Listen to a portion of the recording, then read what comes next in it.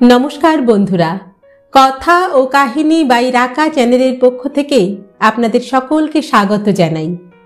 बंधुरा आमरा पाठ करछि श्रद्धेय शीर्षेन्दु मुखोपाध्यायेर जनप्रिय उपन्यास कागजेर बউ। आज शोनाबो उपन्यासटिर चतुर्थ तथा अंतिम पर्व। तबे गल्प पाठ शुरू करार आगे आपनादेर सकलेर काछे एकटी छोट्ट विनम्र अनुरोध, आमादेर गल्प पाठ यदि आपनादेर एकटुओ भालो लागे ताहले अवश्यई आमादेर चैनेलटी सबस्क्राइब करते भूलबेन ना किन्तु। आसुन एबार ताहले गल्पे फेरा जाक। शुरू होच्छे शीर्षेन्दु मुखोपाध्यायेर कागजेर बউ अंतिम पर्व।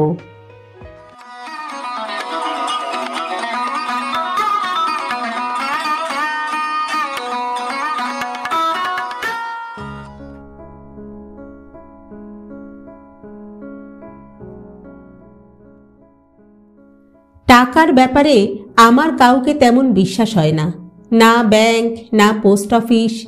আমার সবচেয়ে নিরাপদ জায়গা হলো মাসি। মধুগুপ্ত লেনের বাড়ির সামনের দুটো রকে আজ বড় তরফ বা ছোট তরফের কেউ ছিল না, কিন্তু ছোট তরফের রকে গুটি চারেক ছোকরা ছেলে বসেছিল। বড় তরফের সদরে ঢুকবার মুখে ছেলেগুলোর একজন আমাকে ডাকলো, এই যে মশাই শুনুন। নানা চিন্তায় মাথাটা অন্যরকম, ডাকটাও কেমন যেন, শরীরটা কেঁপে গেল। দুপা এগিয়ে বললাম, কি? যে ছেলেটা ডেকেছিল তার মুখখানার দিকে তাকিয়েই বুঝতে পারি এ ছোকরা বিস্তর পাপ করেছে।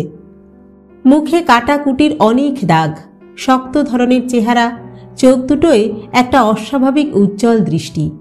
তার বাঁ হাতের বুড়ো আঙুল বাদে আর চারটে আঙুলই নিশ্চিহ্ন। আঙুলহীন হাতের চেটোটা খুন্তির ডগার মতো দেখাচ্ছে।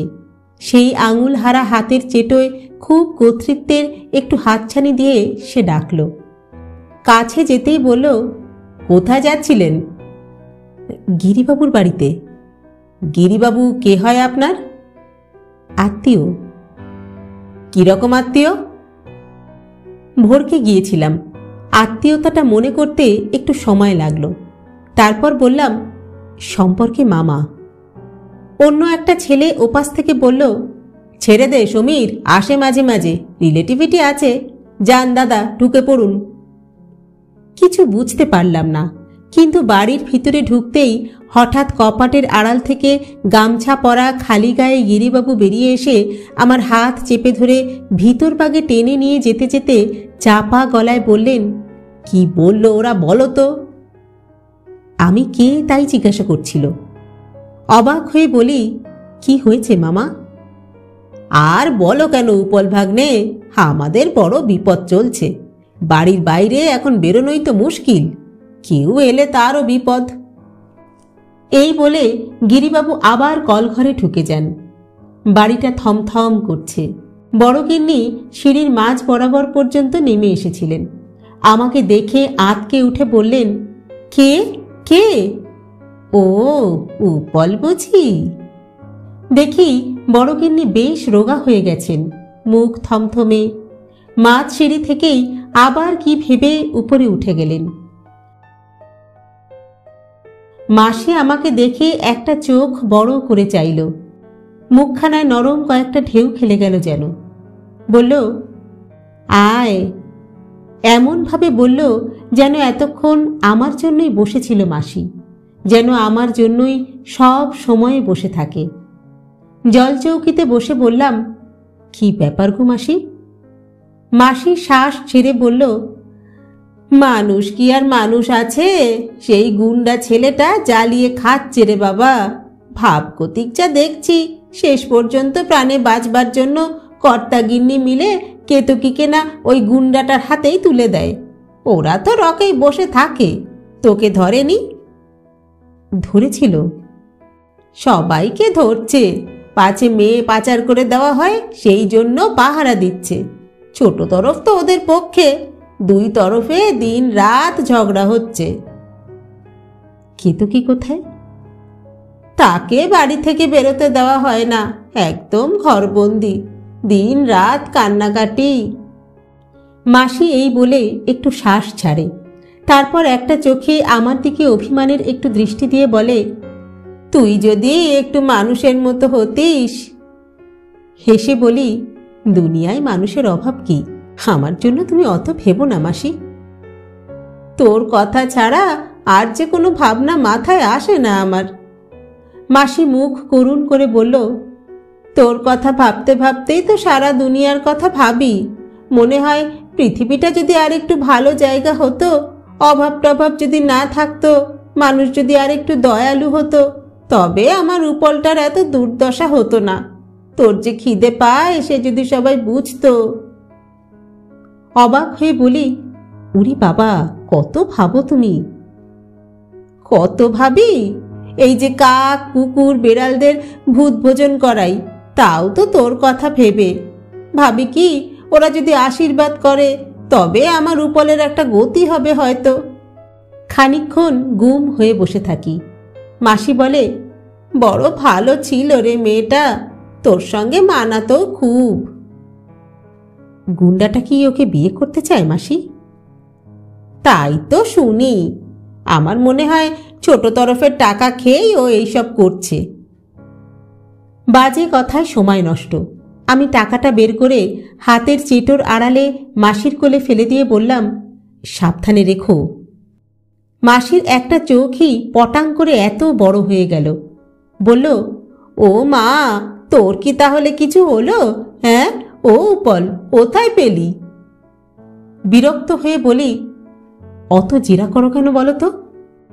মাসি গলা নামিয়ে ফিসফিস করে জিজ্ঞেস করে, ভালো টাকা তো, চুরি ছেঁচড়ামি করিসনি তো বাপ ঠাকুর? এই কি আমার উপর তোমার বিশ্বাস মাসি?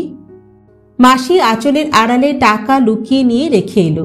এসে ফিসফিস করে বলল, কি তোকে ডাকছে। কেন? যা না, সিঁড়ির নিচকার ঘরে আছে, একটু বসে যা। বড় কর্তা কলঘর থেকে বেরিয়ে কাপড় মেলছে, ও আগে উপরে যাক। এই ঘরটায় মাসি থাকে। পর্দা সরাতেই কেতকীকে দেখলাম। খাটের উপর উপুর হয়ে শোয়া, চুলগুলি ঝেপে আছে ওর মুখ আর মাথা। ডাকতে হলো না, কি করে যেন টের পেয়ে ও উঠে বসল। তখন দেখি ওর চেহারাটা খুব ভীষণ রকমের খারাপ হয়ে গেছে। মোটা গারদ দেওয়া ছোট জালনা দিয়ে একটুখানি আলোর যে আভা আসছে ঘরে, তাতে দেখা যায় কেতকী অনেক কালো হয়ে গেছে বুঝি। সমস্ত মুখ ফুলে আছে অবিরল কান্নার ফলে। কোনো ভূমিকা না করেই কেতকী ভাঙা স্বরে বলল, আমি যাব। অবাক হয়ে বলি, কোথায়? যেখানেই হোক, এ বাড়ির বাইরে। আমি কৃষ্ণকায় মেয়েটির দিকে চেয়ে থাকি। কত বাধা ওকে ঘিরেছে আজ। বললাম, তোমার যাওয়ার কোনো জায়গা ঠিক করা আছে? ও মাথা নেড়ে বলল, না। তাহলে? আমি দ্বিধায় পড়ে বলি। কেতকীর চোখে ফের জল এলো। তীব্র সেই চোখে চেয়ে বলল, আজ মা কি বলেছে জানেন? বলেছে তোকে নিয়ে যখন এত অশান্তি, তখন তুই ওই গুন্ডাটাকে বিয়ে কর। অথচ মা এই কদিন আগেই মিথ্যে সন্দেহ করে আমাকে মেরেছিল। আমি এই বাড়িতে থাকবো না, আমাকে কোথাও নিয়ে যাবেন? বুকের মধ্যে একটা ধাক্কা খাই। আশা জাগে, লোভ জাগে, ইচ্ছের নানা রঙের বর্ণালী খেলা করে। কিন্তু আমি কোথায় নিয়ে যাব ওকে? আমার তো কোনো জায়গা নেই। মাথা নিচু করে বলি, সেটা কি হয়? কেন হয় না উপলদা? আমার লজ্জা করার সময় নেই, নইলে এত সহজে এ কথাটা আমি আপনাকে বলতে পারতাম না। শুনুন, আমি আপনাকে বিয়ে করতে চাই। এত চমকে গিয়েছিলাম যে মাথাটা চক্কর মারল। খাটের স্ট্যান্ড ধরে সামলে নিলাম। একটু সময় নিয়ে বললাম, কেন আমাকে বিয়ে করবে কেতকী? এই প্রশ্নটা সবচেয়ে জরুরি আর সবচেয়ে জটিল। কেতকী বলল, করব, ইচ্ছে। কেন, আপনি রাজি নন? আমি মৃদু স্বরে বলি, শুনে লজ্জা পাই কেতকী, আমি বড় সামান্য মানুষ। কেতকীর মুখ উদাস হয়ে গেল। অনেকক্ষণ বসে রইল শূন্যের দিকে চেয়ে। তারপর আস্তে আস্তে বলল, পিসি বলেছিল আপনি রাজি হবেন। বিপদের মধ্যে পড়ে তুমি উল্টোপাল্টা ভাবছ। বিপদ কেটে গেলে দেখবে এ এক মস্ত ভুল। কেতকী মুখ ফিরিয়ে নিয়ে বলল, এরকম কথা জীবনে এই প্রথমবার বললাম উপলদা, বেহায়ার মতো, আর কাউকে বলিনি কখনো। বলে উপুর হয়ে পড়ল বালিশে, কাঁদতে লাগলো। আমি কখনো ব্যায়াম ট্যায়াম করিনি, গায়ে জোর নেই, তেমন কিছু সাহসও আমি রাখি না। কোনো ক্রমে বেঁচে আছি এই পৃথিবীতে, এই ঢের। কেতকীর জন্য আমি কী বা করতে পারি? ঘর থেকে বেরোবার জন্য ঘুরে দাঁড়াতেই আমার বিবেকের সঙ্গে দেখা। সেই কালো জোব্বা পরা কেশো বুড়ো, হাতে বাদ্যযন্ত্র, কাশতে কাশতে বলল, কাজটা কি ঠিক হলো উপলচন্দর? তার আমি কি জানি বিবেক বাবা? দুনিয়ার মানুষ অধিকাংশ কাজই করে ভালো মন্দ না ভেবে, তারা তো সবটা দেখতে পায় না। তবু ভেবে দেখো আর একবার। বলো কি বিবেক বাবা, শেষে গুন্ডার হাতে ঠ্যাঙানি খেয়ে কি প্রাণটা যাবে? যদি প্রাণ বাঁচাতেও পারি তাহলেও বা বউকে নিয়ে খাওয়াবো কি? হ্যাঁ, আবার মেয়ে ভাগানোর জন্য ঝামেলাও কি কম হবে? এই সময়টা আমার বিবেকের একটা কাশির দমক এলো। সেই সুযোগে আমি পাশ কাটিয়ে বেরিয়ে আসি। সদরে পা দিয়েই দেখি ছোট তরফের রকে ছেলে ছোকরাগুলো কেউ নেই। ছোট কর্তা রাঙা নতুন গামছা পরে দাঁড়িয়ে, ভারী হাসি হাসি আহ্লাদি মুখ। আমাকে দেখেই চেঁচিয়ে বললেন, আরে উপল ভায়া যে, তোমার তো আজকাল একদম দেখা পাই না। হ্যাঁ, ভোল পাল্টে ফেলেছ, ভালো জামা কাপড়, চেহারাও তো দেখছি দিব্যি ফনফন করছে। পেশকারি পেয়েছ নাকি? হ্যাঁ, বলে তিনি খুব হাসলেন। সম্পর্কে মামা হন, তবু বরাবরই ছোট তরফ ভায়া বলে ডাকেন আমাকে আদর করে। বললাম, ছোট মামা ভালো আছেন তো? বেশ আছি, বেশ আছি। এই বলে এই গরমকালেও তিনি নাইকুণ্ডুলিতে আঙুল দিয়ে তেল ঠাসতে ঠাসতে অন্য হাতে আমাকে কাছে ডেকে গলা নামিয়ে বললেন, ও বাড়ির কি সব গন্ডগোল শুনছি? হ্যাঁ, ব্যাপারখানা কি জানো কিছু? আমি একটু গাড়ল সেজে বললাম, আমিও শুনছি কি একটা মস্তান ছেলে নাকি কেতুকে বিয়ে করতে চাইছে। ছোট কর্তা খুব গম্ভীর মুখে শুনে মাথা নেড়ে বললেন, আমিও পাড়ায় কানাঘুষোয় শুনেছি। কি কেলেঙ্কারি বলো তো? হ্যাঁ, একটা দাদা বলছে টলছে কি? খুব ঘাবড়ে গেছেন। ছোট কর্তা আহ্লাদের ভাবটা চেপে রাখতে পারলেন না, প্রায় হেসেই ফেললেন বলা যায়। মুখটা নামিয়ে বললেন, কেতকীর ভাবগতিক কিছু বুঝলে? হ্যাঁ, আগে না। ছোটবাবু একটা দুঃখের শ্বাস ফেলে বললেন, এইসব ব্যাপার কি আর ঠেকানো যায়? আজকালকার ছোড়াছুড়ির কারবার সব। তা আমি বলি কি, উদ্যোগ আয়োজন করে বিয়ে দিয়ে দিলেই তো হয়। আজকাল আর বংশ টংশ জাত ফাত কেই বা মানছে বলো? আমেরিকা ইউরোপে তো শুনি হরিণ লুটের মতো পড়ে গেছে। নিগ্রোয়, চিনেম্যানে, সাহেবে, হিন্দুতে একেবারে বিয়ের খিচুড়ি। তা এদেশেও হাওয়া এসে গেছে। দাদাকে বুঝিয়ে বলো, বংশ টংশর মর্যাদা আঁকড়ে থাকলে আর চলবে না। তা ছেলেটাকে আমি মোটামুটি চিনি, খারাপ তেমন কিছু নয়, একটু হাত ফাত চালায়, এই আর কি। আমি বললাম, বলবো।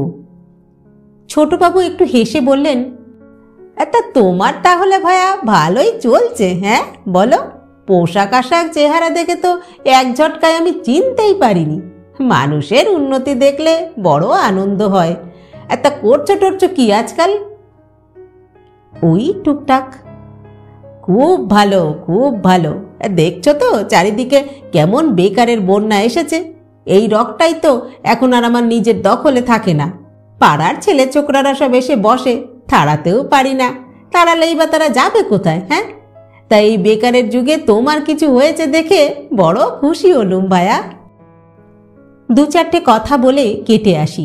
বুঝতে পারি ছোট তরফ ভালো লোক নয়, বড় তরফকে বেইজ্জত করতে কোমর বেঁধে নেমেছে। এ পাড়ায় ছোট তরফেরই হাঁক ডাক বেশি, তার নিজের একটা ক্লাবও আছে। কিন্তু ছোট তরফের দোষ দিয়েই বা কি হবে? আমিও কি ভালো লোক? তার চেয়ে দুনিয়ার ভালো মন্দের ব্যাপারটা ছেড়ে দেওয়াই কাজের কাজ। ভাবতে ভাবতে আনমনা হয়ে হাঁটছি। বুকের মধ্যে একটা কষ্ট ঘনিয়ে উঠছে। কেতকীর কথাগুলো ট্রেসার বুলেটের মতো ছুটে আসছে বারবার, ঝাঁকে ঝাঁকে ঝাঁঝরা করে দিচ্ছে যেন আমাকে। আজ আমার বড় আনন্দের দিন হতে পারত, হলো না, হয় না। গলির তেমাথায় আঙুল হারা সমীরের সেই সাঙাত দাঁড়িয়েছিল, রোগা শুটকো চেহারা, লম্বা চুলে তেলহীন রুক্ষতা, মস্ত মোচ চিনেদের মতো ঠোঁটের দুপাশ দিয়ে ঝুলে পড়েছে। আমার দিকে সে ভ্রুক্ষেপও করল না। আমি দাঁড়িয়ে পড়লাম, বললাম, একটা কথা বলবো? ছেলেটা কানকি মেরে চেয়ে বলল, বলুন। আমি বললাম, বিয়ে টিয়ের তো অনেক ঝামেলা, মেয়েটাও রাজি হচ্ছে না, তার চেয়ে ব্যাপারটা অন্যভাবে মিটিয়ে ফেলা যায় না? ছেলেটা অন্যদিকে চেয়ে বলল, বিয়ে কে করতে চাইছে মশাই? ক্যাশ ছাড়তে বলুন, সব মিটিয়ে দিচ্ছি। নেবেন? আলবাত নেব।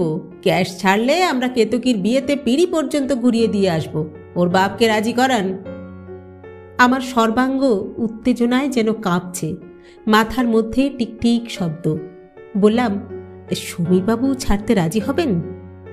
ছেলেটা কাঁধ ঝাঁকিয়ে বলল, সমীরের কি মেয়ে ছেলের অভাব পড়েছে নাকি? হ্যাঁ, সামনে হাড় কাটা গলি থাকতে ওসব বরকি দিচ্ছে।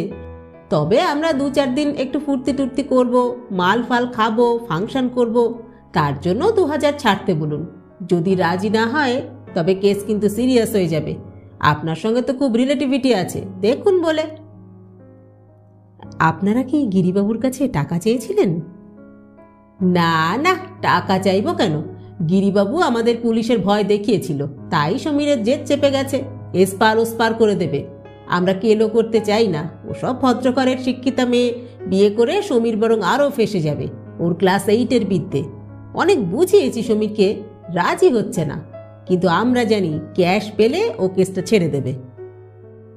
মাথার ভিতরটায় টাকডুমাডুম বাজছে। একবার অস্ফুটে দাঁড়ান বলে আমি দৌড়ে ফিরে আসি। সদরে বড়বাবুর সঙ্গে দেখা।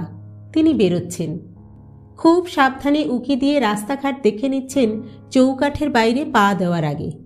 আমাকে দেখে বললেন, ফিরে এলে যে? একটা জিনিস ফেলে গেছি। উনি স্বস্তির নিঃশ্বাস ফেলে বললেন, তা নিয়ে এসো, তোমার সঙ্গে বাস রাস্তা পর্যন্ত যাবক্ষণ। মাসিকে গিয়ে বললাম, কেতকীকে বাঁচাতে চাও তো 500 টাকা গুনে নিয়ে এসো, আমার গুনবারও সময় নেই। মাসি মুহূর্তের মধ্যে এনে দিল। আমি পাখনা মেলে উড়ে বেরিয়ে গেলাম। গিরিবাবু সঙ্গ নিলেন বটে, কিন্তু আমার দৌড় হাঁটার সঙ্গে তাল রাখতে না পেরে তিনি পিছিয়ে পড়লেন। ছেলেটা অবাক হয়ে আমার দিকে চেয়েছিল। তার বুক পকেটে ঝট করে টাকাটা ঢুকিয়ে দিয়ে বললাম, বাকিটা সামনের সপ্তাহে। ছেলেটা বিশ্বাস করতে পারছে না, আস্তে করে বলল, কত আছে? 500। পলকের মধ্যে ছেলেটা ভীষণ বিনয়ী হয়ে বলল, গিরিবাবু দিলেন? মানুষ চড়িয়ে খাই। পলকের মধ্যে বুঝলাম এক্ষুনি ঘটনার লাগাম নিজের হাতে ধরে ফেলতে হবে। গিরিবাবু টাকা দিয়েছে এমন মিথ্যে করে বললে ওরা বড়বাবুকে পেয়ে বসবে, ফের টাকার দরকার হলে আবার ঝামেলা করবে। গম্ভীর হয়ে বললাম, না, আমিই দিচ্ছি, কিন্তু আর কোনো ঝামেলা হলে বাকি টাকা তো দেবই না, উল্টে অন্যরকম ঝামেলা হয়ে যাবে। ছেলেটা সদ্য টাকা খেয়েছে। যারা টাকা খায় তাদের ব্যক্তিত্ব থাকে না, ভালো মন্দের জ্ঞান নষ্ট হয়ে যায়। এই ছেলেটাও মস্তানি ঝেড়ে ফেলে একটু খোসামুদে হাসি হেসে বলল, ঝামেলা কেন হবে? সমীর শালাকে আমরা টাইট দিচ্ছি, আপনি ডেফিনিট থাকুন। গিরিবাবু পাশ দিয়ে হেঁটে গেলেন খুব তাড়াতাড়ি। ছেলেটা সেদিকে তাকালোও না। ছেলেটার আরও কয়েকজন সাঙাত এসে চার ধারে দাঁড়িয়ে গেল। টাকার ব্যাপারটা আড়াল থেকে লক্ষ্য করে থাকবে। টাকার গন্ধ গোলাপ ফুলের মতো, যারা গন্ধ নিতে জানে তারা ঠিক গন্ধ পায়। ছেলেটা সঙ্গীদের দিকে চেয়ে চোখ মেরে আমাকে বলল, তাহলে ফের সামনের সপ্তাহে, কেমন? হ্যাঁ, কিন্তু ছোটবাবুর কি হবে? ছেলেটা মাথাটা সোজা রেখেই বলল, ছোটবাবু তো ফতো কাপ্তান, 10-20 চাক্কি ঝাঁক দিতেই আমাদের দম বেরিয়ে যায়। ওর মামলায় আমরা আর নেই। তবে হ্যাঁ, ওর ছেলে সন্তু আমাদের দোস্ত, কিন্তু তাকেও টাইট দেওয়ার ভার আমার। আপনি নিশ্চিন্ত হয়ে চলে যান। নিশ্চিন্ত হয়েই আমি বড় রাস্তার দিকে হাঁটতে থাকি। নিজের ভিতরটা বড্ড ফাঁকা ফাঁকা লাগে। টাকাটা চলে গেল হাত থেকে, সামনের সপ্তাহে আরও যাবে। যেন এই যাওয়ার জন্যই হুড়মুড় করে টাকাটা এসেছিল। বাস রাস্তায় ভীষণ উদ্বিগ্ন মুখে বড়বাবু দাঁড়িয়ে আমাকে দেখেই প্রায় ছুটে এসে বললেন, চেনো নাকি ওদের? চেনা হলো। আপনি আর ভাববেন না বড় মামা, সব ঝামেলা আমি মিটিয়ে দিয়ে এসেছি, আর কেউ হুজ্জুত করবে না। মিটে গেল মানে? কি করে মেটালে? একটু মহৎ হতে ইচ্ছে হলো আমার, অনেক কাল মহৎ হইনি। বললাম, সে শুনে আপনার কি হবে, তবে নিশ্চিন্ত থাকুন, আর কেউ কিছু করতে সাহস পাবে না। বড়বাবু অবিশ্বাসের চোখে চেয়ে আছেন। এই কয়দিনে তার বয়স বহু বেড়ে গেছে, আয়ু ক্ষয় হয়েছে অনেক। একটা বহু দিনের চেপে রাখা শ্বাস হুশ করে ছেড়ে দিয়ে বললেন, সত্যি বলছো উপল ভাগ্নে, তুমি কি হিপনোটিজম জানো? জানি বড় মামা, হিপনোটিজম সবাই জানে। যাকে কেতকীর বিয়ের আর দেরি করবেন না, এই বেলা দিয়ে দিন। কার সঙ্গে দেব? ওই হাত কাটা সমীরের সঙ্গে? আরে না না, বলে হেসে ফেলি। খলকবজা নেড়ে দিয়ে এসেছি বড় মামা। এখন আপনারা বিয়ে দিতে চাইলেও সমীর উল্টো বাগে দৌড়ে পালাবে, তার কথা আমি বলিনি। ভালো পাত্র দেখে মেয়ের বিয়ে দিয়ে দিন। কিন্তু ছোট তরফ রা কাটবে না। ঠিক বলছো? 3 সত্যি। বড়বাবুর মন থেকে সন্দেহটা 80% চলে গিয়েও 20% রইল। সেই তলানি সন্দেহটা মুখে ভাসিয়ে তুলে তিনি বললেন, ইঞ্জিনিয়ার ছেলে একটা হাতেই রয়েছে, বড্ড খাই তাদের। তা এখন আর সেসব ভেবে দেরি করলে তো হবে না দেখছি। হ্যাঁ, লাগিয়ে দিন। যদি বর্ষা দাও তো এ মাসেই লাগাবো। কলকাতায় 2 দিনে বিয়ের জোগাড় হয়। অন্যমনস্ক ও উদাস স্বরে, তাই করুন বড় মামা, বলে বিনা ভূমিকায় আমি হাঁটতে থাকি। টের পাই বড়বাবুর চোখ আমাকে বহু দূর পর্যন্ত প্রচণ্ড বিস্ময়ে দেখতে থাকে। অনেক দিন বাদে নিজেকে বেশ মহৎ লাগছে। একটু আগে ঝিরঝিরে বৃষ্টি হয়ে গেছে। লেকের জলের ধারে ঘাসের উপর বর্ষাতি পেতে চুপ করে বসে আছি। মেঘ ভেঙে অল্প রাঙা শেষবেলার রোদ উঠল। ওই ফ্যাকাশে গাছপালা যেন রূপকথার রাজ্যে জেগে উঠল হঠাৎ। জল উঠল ঝিলমিলিয়ে। জীবন এরকমই, কখনো মেঘ, কখনো রোদ। খনা আসবে। আমার আর খনার মধ্যে এখন গোপনীয়তা তৈরি হয়েছে, যেন পাতালের নদী। বাড়ির বাইরে আমরা আজকাল লুকিয়ে দেখা করি। খনার ভিতরে আজকাল আর এক খনা জন্ম নিচ্ছে। সে অন্যরকম চোখে নিজেকেও দেখে আয়নায়। বেরোবার সময় খনা বলে দিয়েছিল, লেকে থেকো, আমি সিনেমার নাম করে বেরোবো, 6:45 দেখা হবে। আমি জলে একটা ঢিল ছুঁড়ি, ঢেউ ভাঙে। কিচ্ছু ভাবি না, কিছু মনে পড়ে না, শুধু জানি খনা আসবে। বর্ষাতির পকেটে লুকোনো টেপ রেকর্ডার উন্মুখ হয়ে আছে। ঘড়িতে 5:40। পিচের রাস্তাটা দ্রুত পায়ে পার হয়ে খনা ঘাসে পা দিয়েই হাসি মুখে ডাকল, এই। পলকে মুখে হাসির মুখোশ পরে তাকিয়ে বলি, এসে গেছো? দেরি করেছি বলো? না, একটুও না, বলে বর্ষাতিটা বড় করে পাতি। টেপ রেকর্ডার চালু হয়। খনা কাজ ঘেঁষে বসল, গায়ে গা ছুঁয়ে ছুঁয়ে। বলল, ঠিক বেরোবার 0.5 ঘন্টা আগে বৃষ্টি নামলো। বৃষ্টি দেখে আমার যা কান্না পাচ্ছিল না, কখন থেকে তুমি এসে বসে আছো, আর আমি যদি বেরোতেই না পারি। খুব না ভেবেই বলি, ঝড় বৃষ্টি থেকে কিছু আটকায় খনা? তোমাকে আসতেই হতো। খনা পাশ মুখে আমার দিকে তাকায়। বড় প্রকট হয়ে আছে ওর আজকের সাজ।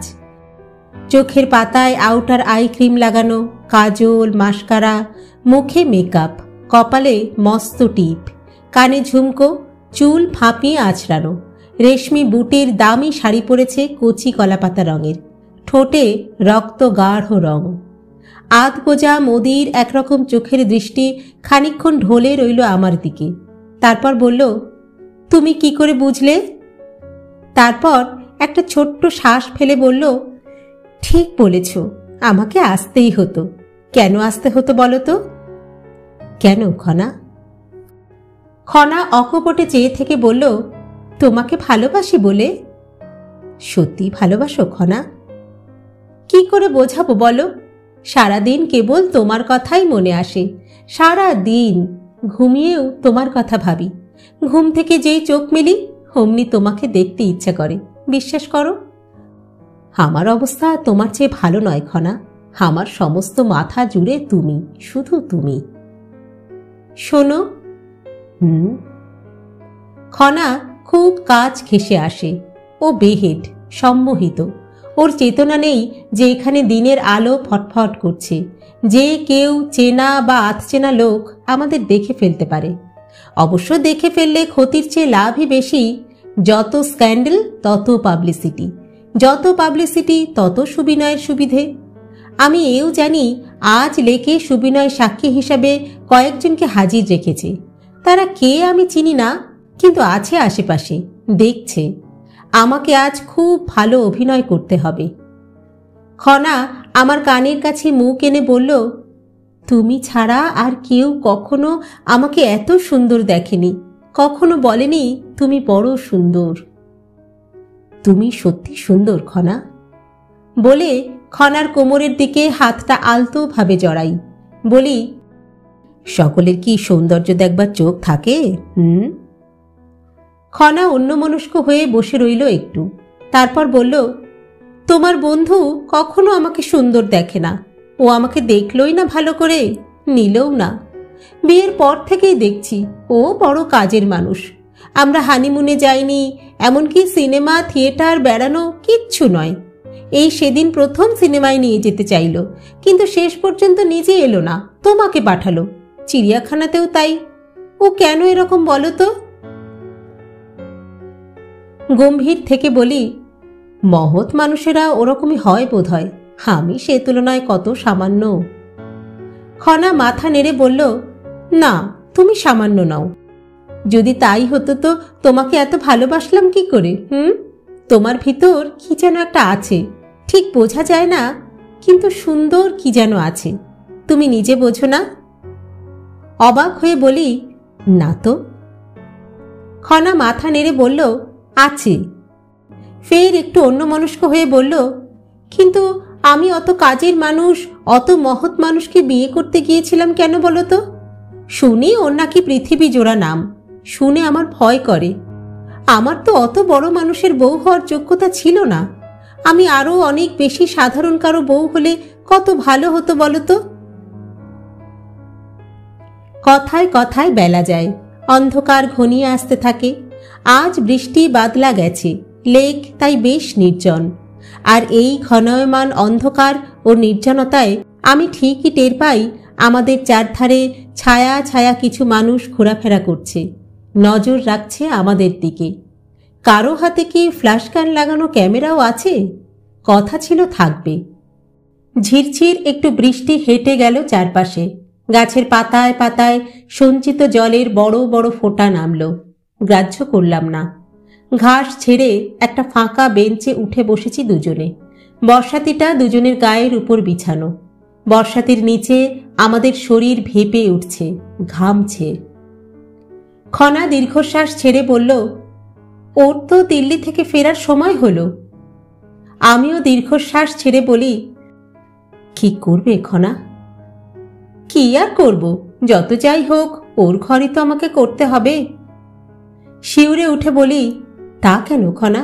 আমি তোমাকে নিয়ে যাব এখান থেকে। খনা মাথা নেড়ে বলে, তা কি হয়? কেন হবে না? আমার ছেলে মেয়ে বড় হয়েছে যে। তাতে কি, নিজের জীবনটা কেন নষ্ট করবে? হ্যাঁ, সুবিনয় দেখো একদিন বিদেশে বড় চাকরি পেয়ে চলে যাবে, আর আসবে না, খোঁজও করবে না। সেদিনের জন্য তৈরি থাকা ভালো খনা। খনা আমার হাত ধরেই ছিল। সেই ধরা হাতটা একটু শক্ত হয়ে উঠল শুধু। ও বলল, তুমি কিছু শুনেছ নাকি? শুনেছি। খনা অনেকক্ষণ চুপ করে থেকে বলল, আমারও কখনো কখনো ওরকম মনে হয়। মনে হয় ও যেন বিদেশের মানুষ। মনে হয় ও একদিন খুব দূরে সরে যাবে। সময় থাকতে থাকতে তুমি কেন সাবধান হচ্ছ না খনা? আমি আমি তোমাকে ভালোবাসি। বলতে বলতেও আমার উৎকর্ণে কোনো একটা অস্পষ্ট কাশির শব্দ পৌঁছয়, সংকেত। আমার বুক কেঁপে ওঠে। আমার অভ্যন্তরে খনার জন্য এতটুকু ভালোবাসা নেই, তৈরি হয়নি।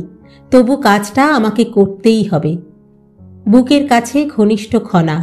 আমি ভালো এক্সপোজারের জন্য বর্ষাতিটা গা থেকে ফেলে দিই। তারপর গাছের ছায়ার গভীর অন্ধকারে নির্জনে ওকে জড়িয়ে ধরি। বাধা দেওয়ার কথা নয়, দিলেও না খনা। আমার বিবেক এই অবস্থায় আমার সামনে আসতে লজ্জা পাচ্ছে, কিন্তু আড়াল থেকে তার ঘন ঘন কাশির আওয়াজ শুনতে পাই। আমাকে সাবধান করে দেওয়ার জন্য সে কয়েকবার তার বাদ্যযন্ত্রটাও বাজালো। আমি পাত্তা দিলাম না। আমি খনাকে যথেষ্ট, যত দূর সম্ভব আবেগে চুমু খাই, কষ্টকর ভয়ের চুমু। আমি তো জানি আমরা একা নই, জানি খনার স্বামীও এই দৃশ্যটা দেখছে। বড় বিস্বাদ চুমু। তবু ঠোঁটে ঠোঁট মিশিয়ে অপেক্ষা করছি ফ্ল্যাশ গানের ঝলকটার জন্য। অপেক্ষা করছি। অনন্ত সময় বয়ে যাচ্ছে। চমকালো। ফ্ল্যাশের আলো নীল বিদ্যুতের মতো ঝলসে দিয়ে গেল আমাদের, পরপর দুবার। খনা চমকে চোখ চেয়ে বলল, কি গো? বিদ্যুৎ? ও। আবার সংলগ্ন হই। দক্ষ লোকদের হাতে ক্যামেরা আরও একটু পরপর চমকে চমকে উঠল। তটস্থ খনা সোজা হয়ে বসে বলল, কে টর্চ ফেলছে? টর্চ নয় খনা, আকাশে মেঘ চমকালো। খনা আমার দিকে চেয়ে অন্ধকারে একটু চুপ করে বসে থাকে। হঠাৎ বলে, শোনো, মনে হচ্ছে কারা যেন লুকিয়ে দেখছে আমাদের। আমার টেপ রেকর্ডারের ক্যাসেট শেষ হয়ে আসছে। আমি হঠাৎ ওকে কাছে টেনে বলি, কেউ নয়, লেক হচ্ছে মুক্ত অঞ্চল, সবাই প্রেম করতে আসে, কে কাকে দেখবে। শোনো খনা, তুমি সুবিনয়কে ডিভোর্স করবে? খনা নিজের চুল ঠিক করছিল, একটু চনমনে হয়ে চারিদিকে তাকাচ্ছে। বিপদ। আমি ওকে টেনে নিই কাছে। ও বাধা দেয় না, বরং চোখ বুজে থাকে। অস্ফুট গলায় বলে, আমাকে বহুকাল কেউ আদর করে না উপল। একটু আদরের জন্য আমার ভিতরটা মরুভূমি হয়ে আছে। আমার রেকর্ডারের ফিতে ফুরিয়ে আসছে, সময় নেই। বলি, বলো খনা, সুবিনয়কে ডিভোর্স করবে? তেমনি অস্ফুট গলায় ও বলে, তুমি কি আমাকে একেবারে চাও? চাই। ভালোবাসবে আমাকে চিরকাল? বাসবো খনা, বলো, ডিভোর্স করবে? ও যদি বাধা দেয়, যদি মারে তোমাকে? মারবে না খনা, ও আমাকে ভয় পায়, বাধাও দেবে না। ঠিক জানো? হ্যাঁ। আমার ছেলেমেয়েরা কার কাছে থাকবে? আমাদের কাছে। তাহলে করব ডিভোর্স। কথা দিলে? দিলাম। আদরের ছলে আমি ওকে ফের চুমু খেতে খেতে শরীর ছুঁয়ে ছুঁয়ে আসি। অন্য হাতে ওর চোখ চেপে রেখে বলি, দেখো না, আমাকে দেখো না। সামনে থেকে, পিছন থেকে, পাশ থেকে আরও 3 বার ক্যামেরার আলো ঝলসায়। অন্ধকারে ছায়া ছায়া মূর্তি ঝোপের আড়ালে সরে যায়। আবার অন্য দুটো ছায়া দৌড়ে এক ধার থেকে অন্য ধারে সরে গেল। ফ্ল্যাশ চমকালো ফের। খনার শরীরে ঠিক কোথায় আমার হাত রয়েছে তার নির্ভুল ছবি তুলে নিল। খনা বলল, চোখ ছাড়ো, কি করছো? আমার সর্বাঙ্গে ঘাম, বুকের ভিতরে অসম্ভব দাপাদাপি, হাত পা অবসাদে খিল ধরে আসে। বর্ষাতির পকেটে টেপ রেকর্ডার থেমে গেছে, ক্যাসেট শেষ। আমি দাঁড়িয়ে বললাম, চলো খনা। বসো আর একটু, আমার তো সিনেমার শো ভাঙার পরে ফিরলেও চলবে। কি সুন্দর একটা দিন ছিল আজ, ফুরিয়ে ফেলতে ইচ্ছা করছে না। লজ্জা, ভয়, ক্লান্তি ও অনিচ্ছায় আমার মাথাটা বেভুল লাগে। আর বসে থাকার কোনো মানে হয় না, ক্লান্তির বোঝাই বাড়বে কেবল। তবু অনিচ্ছায় বসে থাকতে হয়। খনা বলল, তুমি আমাকে খুব ভালোবাসো, আমাকে, দোলনকে, ঘুকটুকে, ওরা তো অবোধ। আমার ভিতরকার অনিচ্ছার ভাবটা ঠেলে আসে গলায়, বমির মতো। আমি যতটুকু করার করেছি। টেপ শেষ হয়ে গেছে, ক্যামেরা নিয়ে চলে গেছে সব লোকজন। এখন আর প্রেমের কথা আসে না, ফাঁকা লাগে, নিরর্থক লাগে।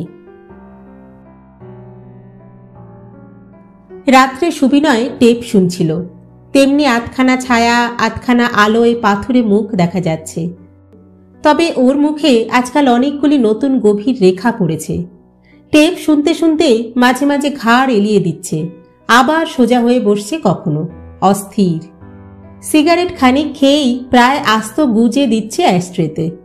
আস্তে আস্তে ঘুরে টেপ শেষ হয়। সুবিনয় নিঃশব্দে উঠে ওয়াল ক্যাবিনেট খুলে নিট হুইস্কি ঠক ঠক করে জলের মতো ৩-৪ ঢোক খেয়ে একটা হিঁচকি তুলল। খুব আস্তে মরার মতো একখানা মুখ ফেরালো আমার দিকে। দু চোখে একটা অনিশ্চয়তার ভাব, যেন বা ভয়। খুব আস্তেই করে বলল, you know something buddy, you are a born lady killer, a demon, a dragon. চুপ করে থাকি। সুবিনয়ের দিক থেকে একটা মস্ত মোটা আর ভারী নোটের বান্ডিল উড়ে এসে আমার কোলে পড়ল। 5,000, ইউ হ্যাভ আর্ন ইট। এ কথা ও যখন বলছিল তখন ওর গলায় কোনো আত্মবিশ্বাস ছিল না, ভয় পাওয়া মানুষের মতো গলা। মাথা নিচু করে টাকাটার দিকে চেয়ে থাকি। অনেক টাকা, দারিদ্র্যের মুক্তিপণ। সুবিনয় জানলার কাছে দাঁড়িয়ে বাইরে চেয়েছিল, আমার দিকে চাইছে না। সেভাবেই থেকে ও বলল, I don't believe it, yet the impossible had happened buddy. আমি টাকা থেকে মুখ তুললাম। সুবিনয় এসে সোফায় তার প্রিয় চিৎপাত ভঙ্গিতে বসল।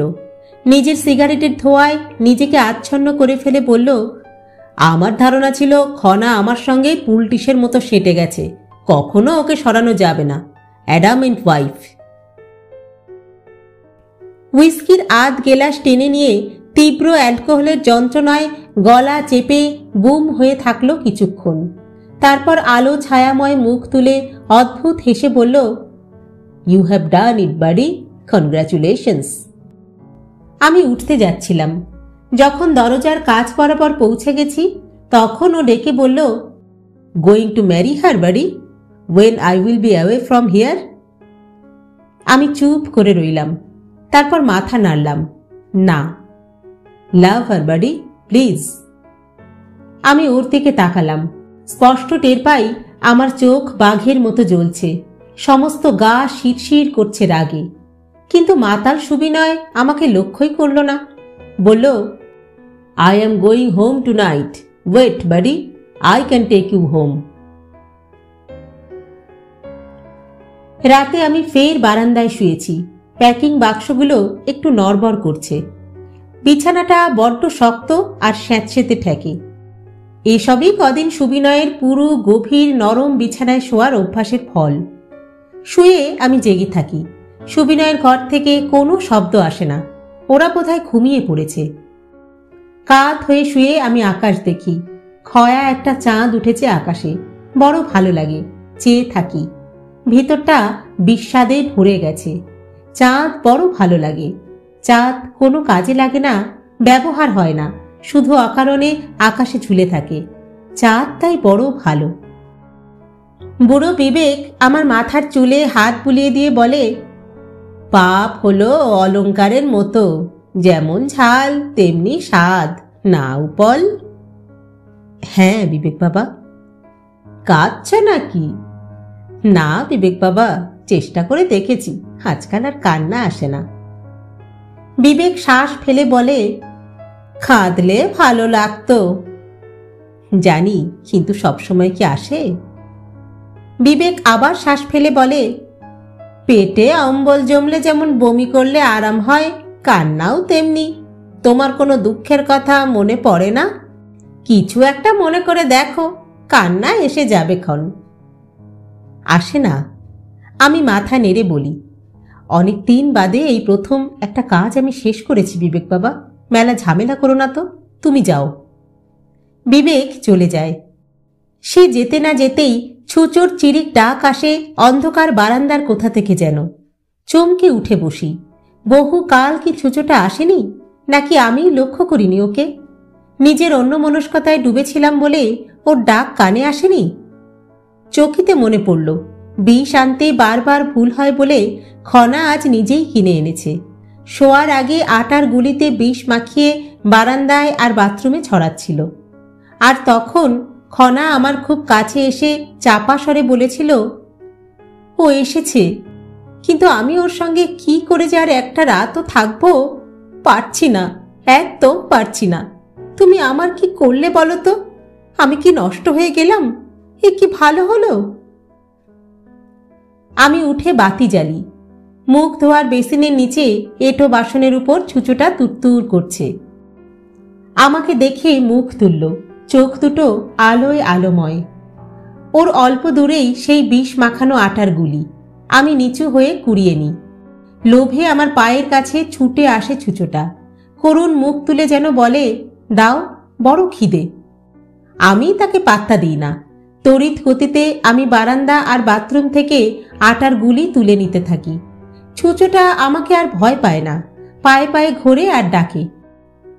চিরিক স্বরে যেন বলে, দাও, আমার বড় খিদে। আমাদের দর্শন বিজ্ঞান নেই, সুখ দুঃখ নেই, প্রেম ভালোবাসা নেই, আছে শুধু খিদে, দাও। আমি হাঁটু গেড়ে ওর মুখোমুখি বসে বলি, আমিও কি নই তোমাদের মতো? সব কিছু খেতে নেই। আমারও চারধারে কত বিষ মাখানো খাবার ছড়িয়ে রেখেছে কে যেন। মাঝে মাঝে খেয়ে ফেলি, বড় জ্বালা। সুবিনয় অফিসে গেল, খনা গেল মার্কেটিংয়ে, সুবিনয়ের মা কুসুমকে নিয়ে কালীঘাটে। আমি বাথরুমে বসে নিবিষ্ট মনে গেঞ্জি কাটছিলাম। আজকাল খনা কাচাকাচি করতে দেখলে খুব রাগ করে বলে, তুমি কাচবে কেন? কুসুম দেবে খন, না হয়তো আমি কেচে দেব। পুরুষ মানুষের কাজ নাকি এসব? গেঞ্জি কাচা আমার খুব পছন্দের কাজ নয়, কিন্তু ভাবি সারা জীবন আমাকেই তো কাচতে হবে। আমার তো কোনোদিন বউ হবে না। মধুগুপ্ত লেনের রুস্তমদের টাকা আমি মিটিয়ে দেব। কেতকীর বিয়ের দিন ঠিক হয়ে গেছে, সেই ইঞ্জিনিয়ার। তাই ভাবি এতদিন পর কেন এই আদরটুকু নিই, আমার এমনিই যাবে। বাথরুমের দরজায় কে যেন এসে দাঁড়ালো। প্রথমে তাকাইনি, কিন্তু নিথর এক মূর্তি দাঁড়িয়ে আছে টের পেয়ে চোখ তুলতেই চমকে উঠি। প্রীতি। আমার গলার স্বর কেঁপে যায়। সাদা খোলের চওড়া জড়ি পেরে একটা ভীষণ দামি শাড়ি ওর পরনে। ওর মুখও সাদা, ঠোঁট ফ্যাকাশে, খুব বিষণ্ণ দেখাচ্ছিল। ও চৌকাঠের কাছে এগিয়ে এসে বলল, আমি আপনার কাছেই এসেছি। আমার কাছে? উপলবাবু খনাদিকে নষ্ট করলেন? আমি মাথা নিচু করে বলি, না তো, আমি ওকে ভালোবাসি। প্রীতি জলময় নোংরা চৌকাঠের উপর সাদা শাড়ির কথা ভুলে গিয়ে বসে পড়ল ঝুপ করে। ঠিক আমার চোখে চোখ রেখে চেয়ে রইল। কি হলো? আমি অবাক হয়ে বলি, আমি সব জানি উপলবাবু। আমি মাথা নিচু করে বললাম, মাইরি। বেচারা। প্রীতি হেসে বলে, না, খনাদিকে নয়, আপনি বড় বেশি টাকা ভালোবাসেন। আমি মাথা নেড়ে বলি, না, আমি টাকা ভালোবাসি না। আমি শুধু চেয়েছিলাম টাকা সহজলভ্য হোক, বৃষ্টির মতো, জলপ্রপাতের মতো টাকা ঝরে পড়ুক, হ্যান্ডবিলের মতো টাকা বিলি হোক রাস্তায় রাস্তায়। তাই টাকার জন্য আমার দিদিকে নষ্ট করলেন? নষ্ট বলে আমি অবাক হয়ে তাকাই। তারপর প্রীতির কাছে হামাগুড়ি দিয়ে একটু এগিয়ে এসে বলি, দেখুন, আমার মুখের মধ্যে দেখুন। এই বলে হাঁ করে থাকি। প্রীতি আমাকে পাগল ভেবে উঠে দাঁড়ায়, বলে, কি দেখব? দেখলেন না আমার মুখের মধ্যে? কি? বিশ্বরূপ শ্রীকৃষ্ণ দেখিয়েছিলেন অর্জুনকে। আপনিও ভালো করে দেখলে দেখতে পেতেন আমি কাউকে নষ্ট করিনি। যে যার কর্মফলে নষ্ট হয়ে আছে, আমি তো নিমিত্ত মাত্র। লোকে যেমন রাস্তার পাশে পচা ইঁদুর দেখে, তেমনি একরকম ঘেন্নার চোখে আমাকে দেখছিল প্রীতি। অনেকক্ষণ দেখে বলল, আপনি অন্য কোথাও চলে যেতে চান না উপলবাবু? গেঞ্জিটা ধুয়ে নিংড়ে আমি উঠে বসি। হেসে বলি, যাব, আমাকে তো যেতেই হবে। প্রীতি, জীবনে এই প্রথম একটা কাজ আমি সম্পূর্ণ করেছি। এই আনন্দটা আমাকে কিছুক্ষণ উপভোগ করতে দিন। কি কাজ? খনাকে পথ থেকে সরিয়ে দিয়েছি। এবার আপনারা আমেরিকায় চলে যেতে পারবেন। বেচারা। প্রীতির দীর্ঘশ্বাস ফাঁকা বাড়িতে বড় করে শোনালো। বলল, আপনি কি ভাবেন যে লোকটা তার বউকে স্ক্যান্ডেলে জড়ানোর জন্য এত কাণ্ড করলো তাকে আমি বিশ্বাস করব? খনাদিকে আমরা ছেলেবেলা থেকে জানি চিরকাল ওর ঘর সংসারের দিকে ঝোঁক। এমন গুছিয়ে পুতুল খেলতো যে সবাই বলতো ও খুব সংসার গোছানি মেয়ে হবে। তাই হয়েছিল খনাদি। স্বামী শাশুড়ি বাচ্চা কাচ্চা নিয়ে কেমন জড়িয়ে গিয়েছিল। অমন ভালো বউকে কেউ এত নিচে টেনে নামায়? আমি মাথা নেড়ে সম্মতি জানাই। প্রীতি আমার একটা হাতে হাত রেখে বলল, কেন এমন করলেন? কি দিয়ে ফোলালেন আমার খনাদিকে? উদাস স্বরে বলি, আমি নিমিত্ত মাত্র, যা হওয়ার তা হয়েই ছিল। প্রীতি আরো এক পা কাছে সরে এসে বলল, কিছু হয়নি উপলবাবু। জামাইবাবুকে আমি নিইনি মনের মধ্যে। কখনো হয়তো কোনো দুর্বলতা ছিল, কিন্তু এখন নেই। আপনি দিদিকে ছেড়ে দিন, আমি আপনাকে নিয়ে যেতে এসেছি। কোথায় প্রীতি? আপনাকে আমার ভীষণ দরকার। কেন প্রীতি? বলবো, আপনি আপনার জিনিসপত্র সব গুছিয়ে নিন। গোছানোর তো কিছু নেই। তাহলে চলুন। আমি পোশাক পরে নিই, টাকার মস্ত বান্ডিলটা পকেটে পুরি। প্রীতি আর চোখে দেখে বলল, কত টাকা? অনেক। প্রীতি চেয়ে রইল আমার দিকে, করুণা ঘন চোখ। ট্যাক্সি দাঁড় করিয়ে রেখে এসেছিল প্রীতি। উঠতে গিয়েই চমকে উঠে দেখি রুমা বসে আছে। পিছনের সিটে হেলে বসে নিজের বাঁ হাতের নখগুলো দেখছিল রুমা। আমার দিকে খড় চোখে একবার তাকালো। প্রীতিকে বলল, ওকে সব বলেছ প্রীতি? না, তুমি বলো।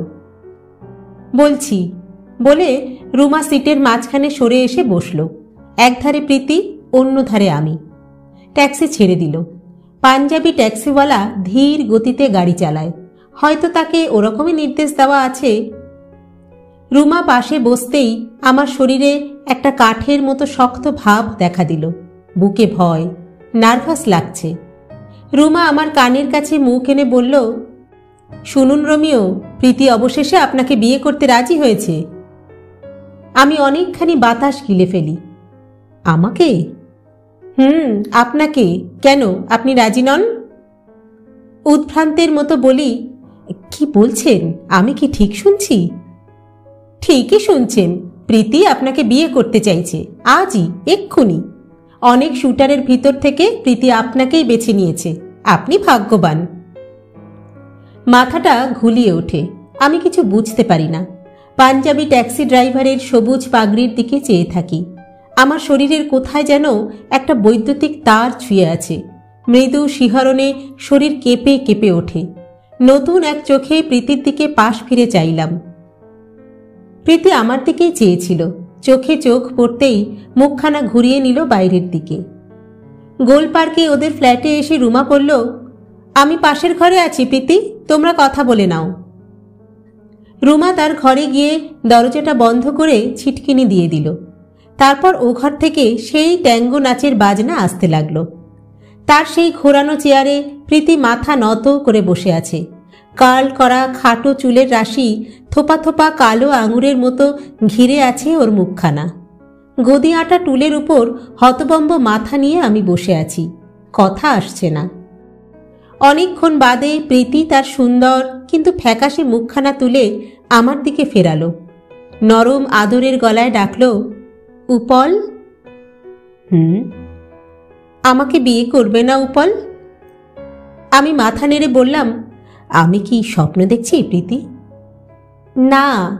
প্রীতি মাথা নেড়ে বলল, শোনো উপল, তোমাকে ছাড়া আমার উপায় নেই। চোখের জল মুছে নিয়ে বললাম, আমাকে কেউ ভালোবাসে না প্রীতি। প্রীতি আবার কালো আঙুরের থোপায় মুখ ঢেকে মাথা নত করে মৃদু স্বরে বলল, আমি বাসি। কবে থেকে প্রীতি? যেদিন তোমাকে প্রথম দেখেছিলাম। জামাইবাবুর পাগলামি চিঠি নিয়ে তুমি এসেছিলে। আমি তোমার উপরে বিরক্ত হয়েছিলাম উপল, কিন্তু তখন থেকেই আমি তোমাকে ভুলতে পারি না। কেন ভুলতে পারি না তা অনেকবার ভেবে দেখেছি। বিরক্ত হয়েছি নিজের উপর। পরে বুঝতে পেরেছি তোমাকে আমি কবে থেকে যেন ভালোবেসে ফেলেছি।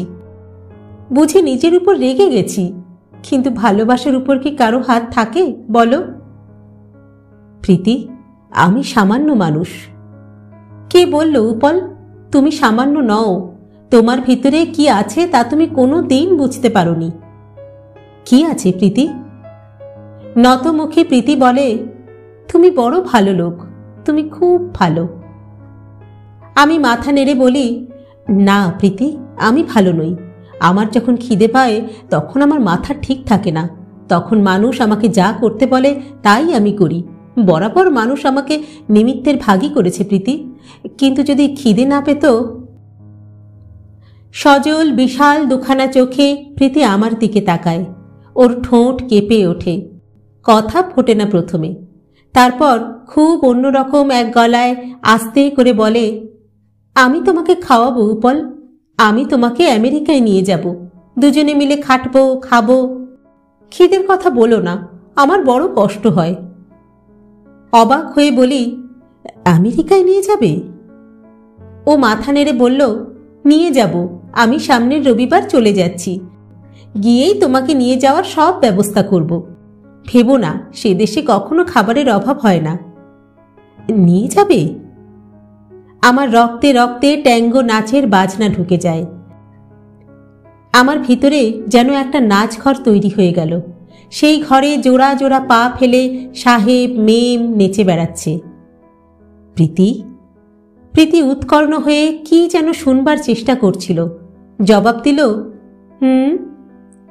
কবে আমাদের বিয়ে হবে?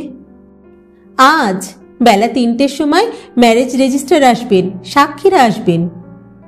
আমি হাসলাম, বহুকাল এমন গাড়লের মতো হাসিনি। প্রীতি শোনো, বিয়ের পর আমরা জোরে মাসির কাছে যাব, কেমন? প্রীতি অবাক হয়ে বলল, মাসিকে? আমার এক মাসি আছে, মাসি ছাড়া দুনিয়ায় আমার আর কেউ নেই। বড় খুশি হবে মাসি, কত আদর করবে তোমাকে, দেখো। যাবে তো? হ্যাঁ, নিশ্চয়ই যাব উপল। তুমি মাসিকে প্রণাম করবে তো প্রীতি? করব, নিশ্চয়ই করব। কটা বাজে প্রীতি? প্রীতি মৃদু হেসে বলে, 3টে বাজতে 5 মিনিট। তুমি ঘাবড়ে যাওনি তো উপল? অবাক হয়ে বলি, না তো, ঘাবড়াবো কেন? আমার অসম্ভব অসহ্য এক আনন্দ হচ্ছে। প্রীতি, তুমি বিয়ের পর সিঁদুর পরবে তো? প্রীতি করুণ মুখখানা তুলে বলে, পড়তে তো হবেই। শাখা? তাও। বলে প্রীতি হাসল, বড় সুন্দর হাসি। তুমি কি রাঁধতে পারো প্রীতি সোনা? প্রীতি ঘাড় হেলিয়ে বলল, হ্যাঁ, আমি অনেক রকম রান্না জানি। দেশি, বিলেতি, আমেরিকায় তো আমাকেই রাঁধতে হবে তোমার জন্য। কেন প্রীতি, আমরা রান্নার লোক রাখব? ওদের দেশে ভীষণ টাকা লাগে লোক রাখতে। লাগুক, তোমাকে তা বলে আমি রাঁধতে দেব না। আচ্ছা। বলে প্রীতি চোখে চোখে একটু হাসে। সিঁড়ি দিয়ে পায়ের শব্দ উঠে আসছে। উত্তেজনায় কেঁপে আমি দাঁড়িয়ে পড়ি। প্রীতিও উঠে দাঁড়ায়, ম্লান মুখে বলে, ওরা আসছে। আমি আজ দাড়ি কামাইনি প্রীতি। গালে হাত বুলিয়ে বলি, তাতে কিছু হবে না উপল, সারা জীবন তো কামাবেই। সাজিনি, তোমাকে অনেক পোশাক করে দেব। 3জন লোক ঘরে এসে দাঁড়ায়, একজনের হাতে খাতাপত্র। প্রথমে উত্তেজনার বশে আমি তাদের মুখ ভালো করে দেখতে পাই না। তারপর হঠাৎ খেয়াল হয় 3জনের মধ্যে একজন প্রীতির সেই প্রেমিক। প্রীতি আমার কাছে ঘেঁষে এসেছিল। ওর একটা হাত কখন আমার হাতের মুঠোয় এসে গেছে। আমি ফিসফিস করে বলি, ও কে প্রীতি? ও কেন এখানে? প্রীতি মৃদু স্বরে বলে, ও কেউ না উপল, ও শুধু সাক্ষী দিতে এসেছে। পাশের ঘরে ট্যাঙ্গো থামল। দরজা খুলে বেরিয়ে এলো রুমা। খাতা হাতে লোকটা চেয়ারে গিয়ে বসল। প্রীতির প্রাক্তন প্রেমিক আর একজন অচেনা লোক গম্ভীর মুখে দাঁড়িয়ে থাকল। থমথম করছে ঘর, কেউ কোনো আনন্দ করছে না। এই শোকের ছায়ার মধ্যে কি করে বিয়ে হবে? প্রীতি আমার হাত চেপে ধরে বলল, এসো উপল। আমি বললাম, কেউ উলু দিল না প্রীতি, শাঁখ বাজল না। প্রীতি আমাকে টেবিলের সামনে নিয়ে গেল। ম্যারেজ রেজিস্ট্রার আঙুল দিয়ে ফর্মে একটা জায়গা দেখিয়ে দিয়ে বলল, এইখানে সই করুন। একদম সময় লাগলো না।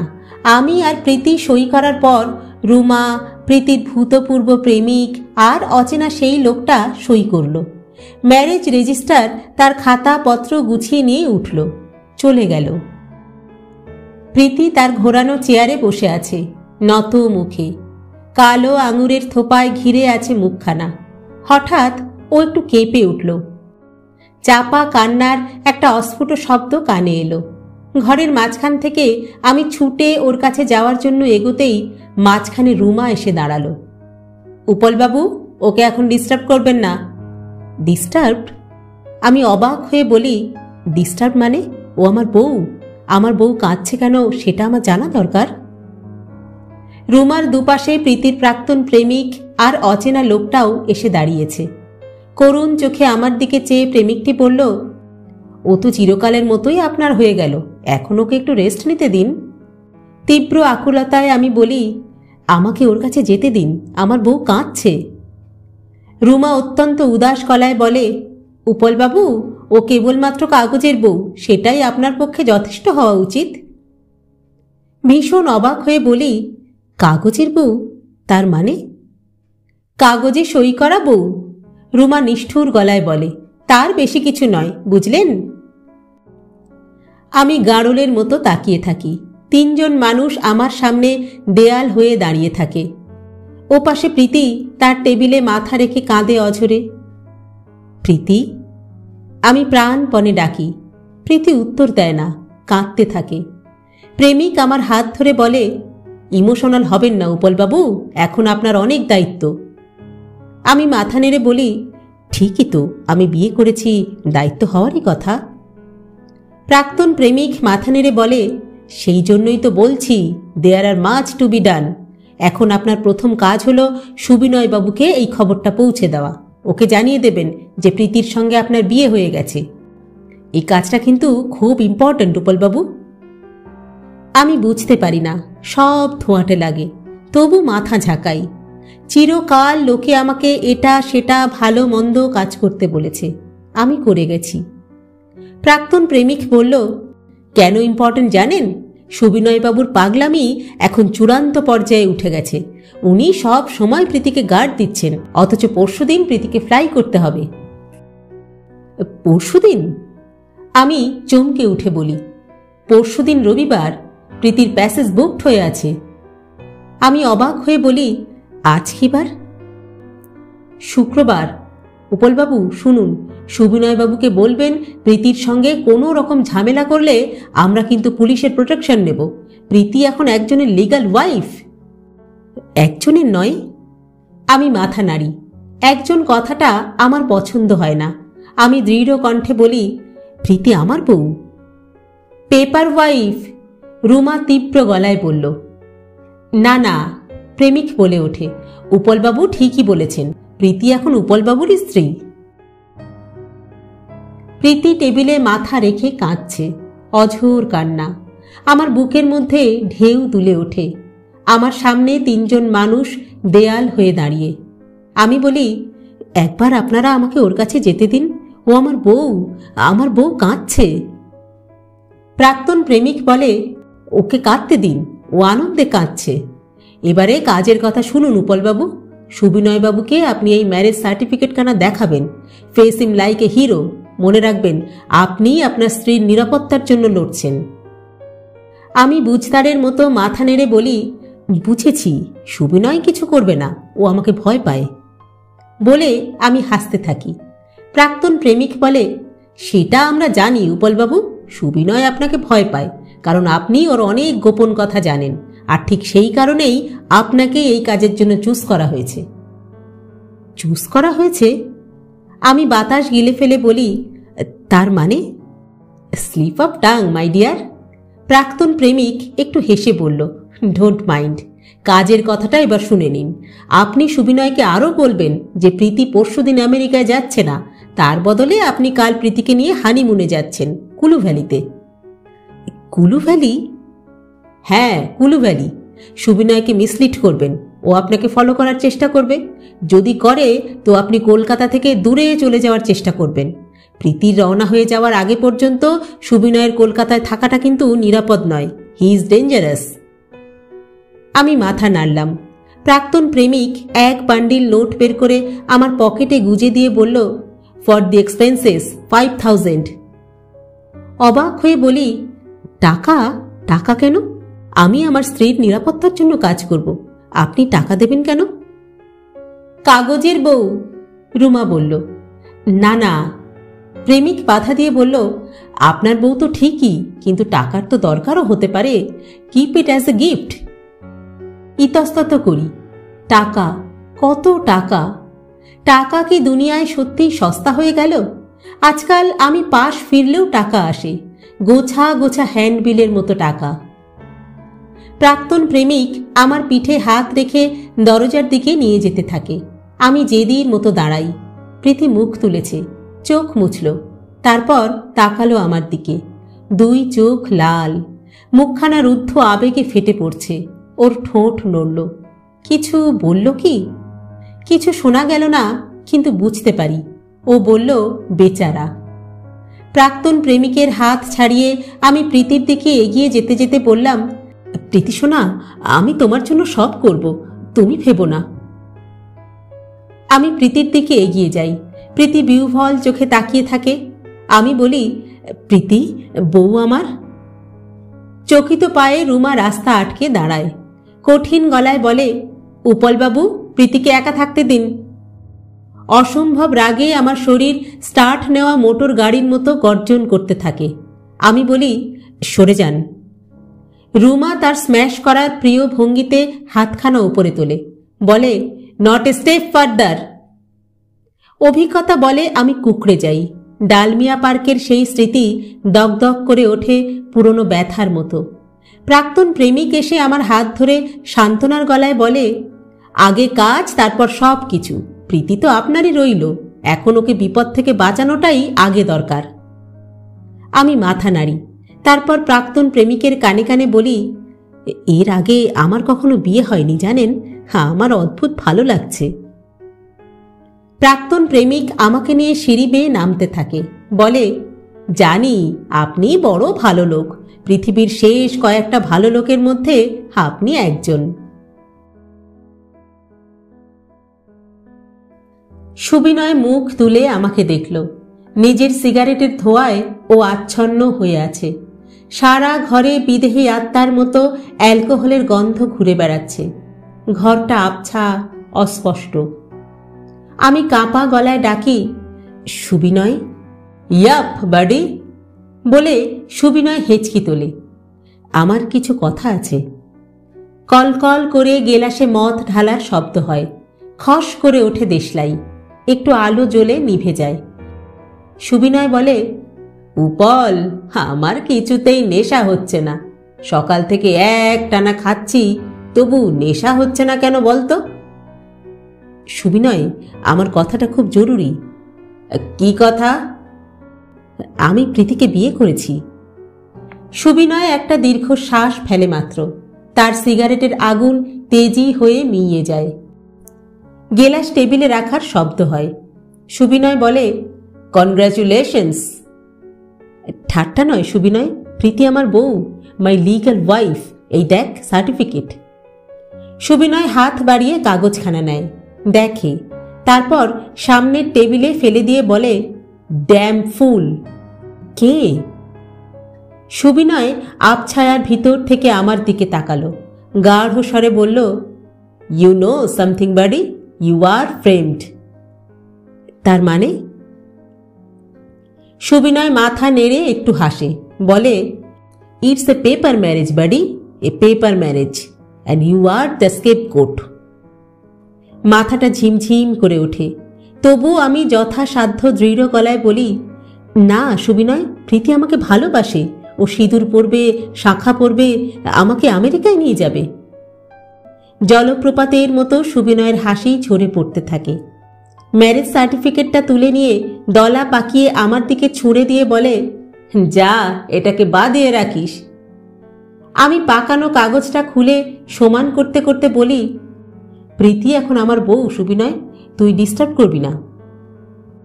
সোফায় চিৎপাত হয়ে শুয়ে সুবিনয় বলে, করব না উপল, বস। আমি বসি।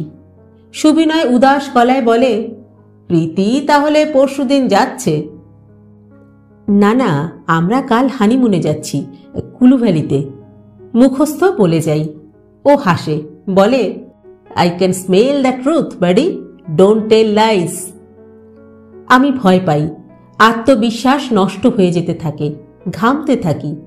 সুবিনয় উঠে বসে, বলে, উপল, এসব ছেলে মানুষই চালাকি ও কেন করছে? হ্যাঁ, কোনো লাভ নেই।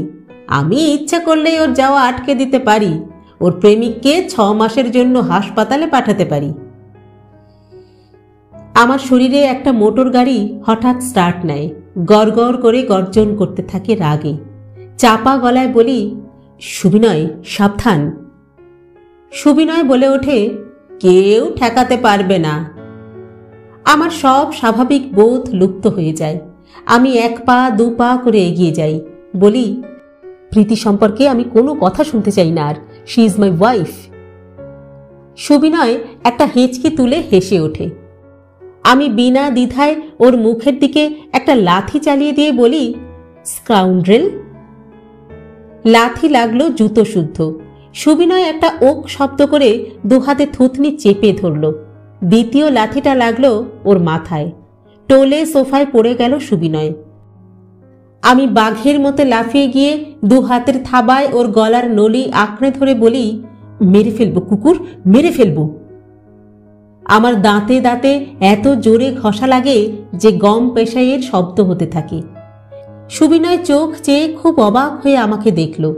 আমি আমার সর্বস্ব শক্তি দিয়ে ওর গলায় আঙুল বসিয়ে দিচ্ছি। মস্ত মোটা গর্দান, প্রচণ্ড মাংসপেশি, তবু আমার তো কিছু করতে হবে। প্রাণপণে ওর গলা টিপে বলি, মরে যা, মরে যা, মরে যা। সুবিনয় বাধা দিল না, শুধু গা ঝাড়া দিয়ে উঠে বসল। আমি কার্পেটের উপর হড়াস করে পড়ে গেলাম। আমার দিকে ভ্রুক্ষেপ না করে সুবিনয় তার মদের গেলাস তুলে নিয়ে বলল, তুই কি বোকা উপল, হ্যাঁ? তুই বুঝিসনি ওরা তোকে আমার হাতে ঠ্যাঙানি খাওয়ার জন্য পাঠিয়েছে? আস্তে আস্তে আমি উঠে বসি। মাথাটা ঘুরছে। আমি অনেকক্ষণ কিছু খাইনি। সুবিনয় আমাকে দেখল, মাথা নেড়ে বলল, কিন্তু প্রীতির জন্য তোকে আমি মারব না উপল। প্রীতি ইজ নট মাই প্রবলেম। আমি জানতে চাই খনাকে তুই কি করেছিস। আমি কষ্টেই মুখোমুখি সোফায় উঠে বসি। শরীরে রাগ ছেড়ে যাওয়ার পর গভীর অবসাদ। মাথাটা চেপে ধরে বললাম, আমি কিছু করিনি সুবিনয়, তুই যা করতে বলেছিস। সুবিনয় গেলাসে মদ ঢালে, ফের সিগারেট ধরায়। উপল, খনা নষ্ট হয়ে গেছে, থরলি স্পয়েলড বলে সুবিনয় আমার দিকে অদ্ভুত চোখে চেয়ে রইল। দৃষ্টিতে ভয়, ঘৃণা, বিস্ময়। অনেকক্ষণ চেয়ে থেকে আর একটু তীব্র স্বরে বলল, ডেমন, শয়তান, খনাকে তুই কি করেছিস? হ্যাঁ? আমার সমস্ত শরীর সেই স্বরে কেঁপে ওঠে, মুখে জবাব আসে না। সুবিনয় তার বিশাল চেহারা নিয়ে আস্তে আস্তে উঠে দাঁড়ায়। ওকে বড় ভয়ঙ্কর দেখাতে থাকে। আমি কুঁকড়ে গিয়ে সম্মোহিতের মতো চেয়ে থাকি। খনা সম্পূর্ণভাবে আমার ছিল। আমি যা চাইতাম ও তাই করত। যেমনভাবে চলতে বলতাম তেমনি চলত। কখনো এতটুকু অবাধ্য ছিল না। আমার দিকে যখন তাকাতো তখন ওর চোখে একটা আলো দেখা দিত, বড় সুন্দর আলো। পৃথিবীতে আমি ছাড়া কোনো পুরুষকে ও কোনো দিন ভালো করে লক্ষ্যও করেনি। কিন্তু কাল রাতে ও আমাকে দেখে ভয়ে আতঙ্কে একেবারে নীল বর্ণ হয়ে গেল। কাছে এলো না, চোখে চোখ রাখলো না, বারবার আমার চোখ থেকে সরে সরে যাচ্ছিল। কি করেছিস তুই উপল? আমি মার ঠেকানোর জন্য 2টো হাত উপরে তুলে বলি, সুবিনয় দেখ। সুবিনয় 1 পা এগিয়ে এসে চাপা স্বরে বলে, কি দেখব? হ্যাঁ? আমি হাঁ করে আমার মুখের ভিতরটা দেখতে ওকে ইঙ্গিত করি। ও দেখে, তারপর বলে, কি দেখলি না? না, কি দেখাচ্ছিস হাঁ করে? শ্বাস ফেলে বলি, বিশ্বরূপ অর্জুন দেখেছিল, তুইও দেখলে দেখতে পেতিস। যা হওয়ার তা হয়ে গেছে, আমি নিমিত্ত মাত্র। সুবিনয় 2 হাতের চাপে মদের গেলাসটা ভেঙে ফেলল। তীব্র বিস্ফারিত চোখে চেয়ে আমাকে বলল, তুই খনাকে কিরকম বিশ্বরূপ দেখিয়েছিস সুপল? হ্যাঁ, ওকে কি করে নষ্ট করলি তুই? আমি কি করব সুবিনয়? আমাকে দিয়ে তো করিয়েছিস তুই। সুবিনয় মাথা নাড়ল। খনা কি করে নষ্ট হতে পারে? কি করে আমাকে ছেড়ে ও তোকে ভালোবাসে উপল? Is it possible? কাছে এগিয়ে এসে সুবিনয় আমার বুকের জামাটা টেনে ধরে তোলে আমাকে। তারপর ছেঁচড়ে নিয়ে যায় আলোর কাছে। ভালো করে দেখে আমাকে। মৃদু সাপের মতো হিসহিসে স্বরে বলে, কি আছে তোর মধ্যে? হ্যাঁ, কি দেখেছিল Khana? Tell me bastard, what you have done to her. আমার জামার কলার এঁটে বসে গেছে। দম নেওয়ার জন্য আকুপাকু করি। সুবিনয় আমার চোখের ভিতর দিয়ে আমার ভিতরটা দেখার চেষ্টা করে। বলে, কি করেছিস তুই খনাকে? হ্যাঁ, কেন খনা আমাকে আর ভালোবাসে না? বল বল। আমাকে মুহূর্তের জন্য ছেড়ে দেয় সুবিনয়। আমি দাঁড়াই। ঠিক তৎক্ষণাৎ সুবিনয়ের ঘুষি এসে লাগে আমার মুখে। সমস্ত চেতনায় ঝিঝি ডেকে ওঠে। অতল অন্ধকারে পড়ে যেতে থাকি। শুনতে পাই এক ঘ্যাঙানে ভিখারির স্বরে সুবিনয় বলছে, ফিরিয়ে দে, ফিরিয়ে দে খনাকে। সারা শরীর ব্যথা বেদনার ডুব জলে ডুবে আছে। মাথাটা ফাঁকা, ভার। কোঁকিয়ে উঠে বসতে চেষ্টা করি। হাত বাড়িয়ে একটা রেলিংয়ের থাম হাতে পাই। ধরি। চোখে ভালো ঠাউর হয় না। ঝাপসা বুঝতে পারি দোতলার সিঁড়ি উঠে গেছে অনেক ওপরে। ওপর থেকে গড়িয়ে পড়েছি এত দূরে। সিঁড়িটা আমার দিকে চেয়ে আছে।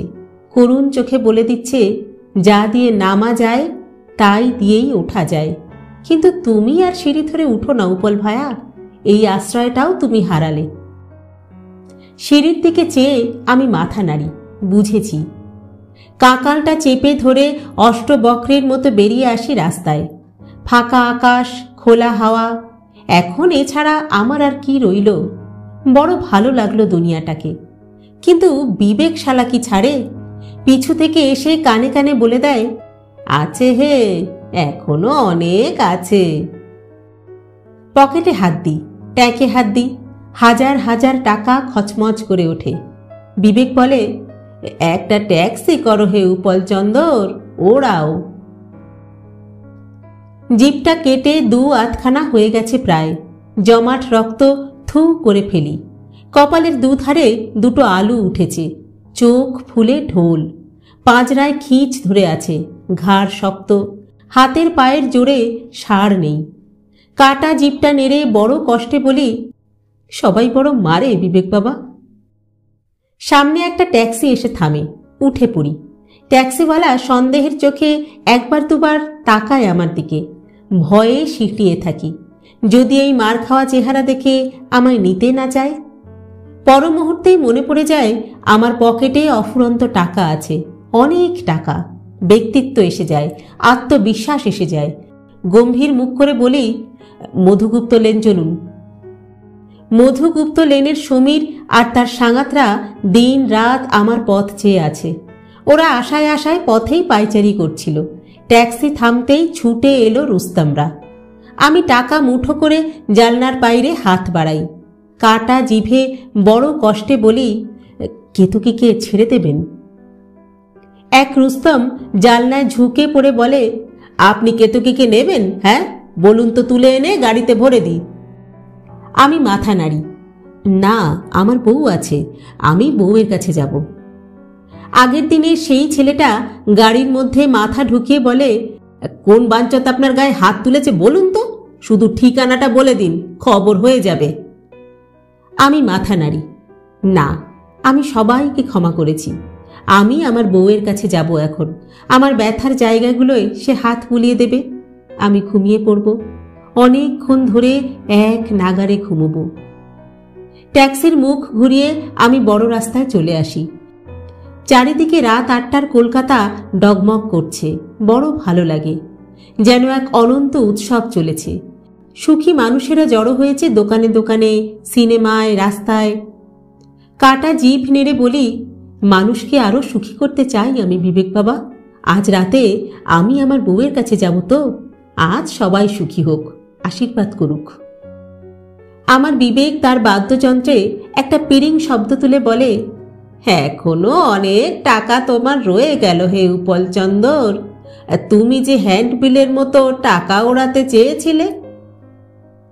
ঠিক ঠিক, আমি মাথা নাড়ি। এক মুঠো টাকা বান্ডিল থেকে খুলে এনে জানলা দিয়ে উড়িয়ে দিই বাইরে। ঠিক অবিকল হ্যান্ডবিলের মতো বাতাসের ঝটকায় টাকা উড়ে যায়, ঘুড়ির মতো লাট খায় শূন্যে। তারপর আলোকিত রাস্তাঘাট আর মানুষজনের ওপর নেমে আসে। পিছনের কাঁচ দিয়ে আমি ঘুরে দেখি, মানুষজন হঠাৎ সম্বিত ফিরে পেয়ে দুহাত বাড়িয়ে দৌড়চ্ছে টাকার দিকে। চলন্ত ট্রাম, বাস থেকে নেমে পড়ছে রাশি রাশি মানুষ। একটা লোক চলন্ত গাড়ির নিচে চলে গেল টাকা কুড়োতে গিয়ে।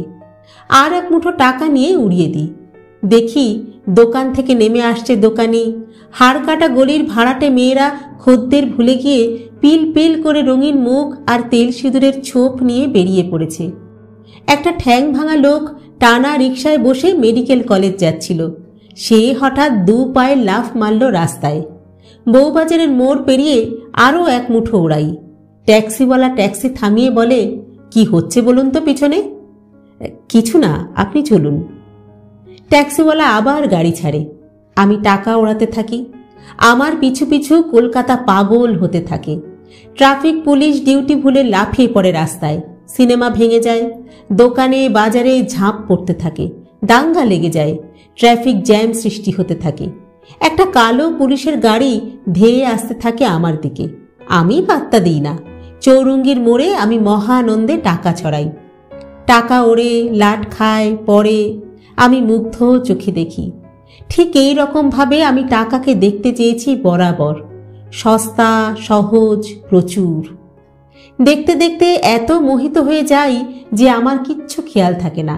ট্যাক্সিওয়ালা গাড়ি থামিয়ে দিয়েছে কখন। পুলিশের গাড়ি এসে পাশে দাঁড়িয়েছে।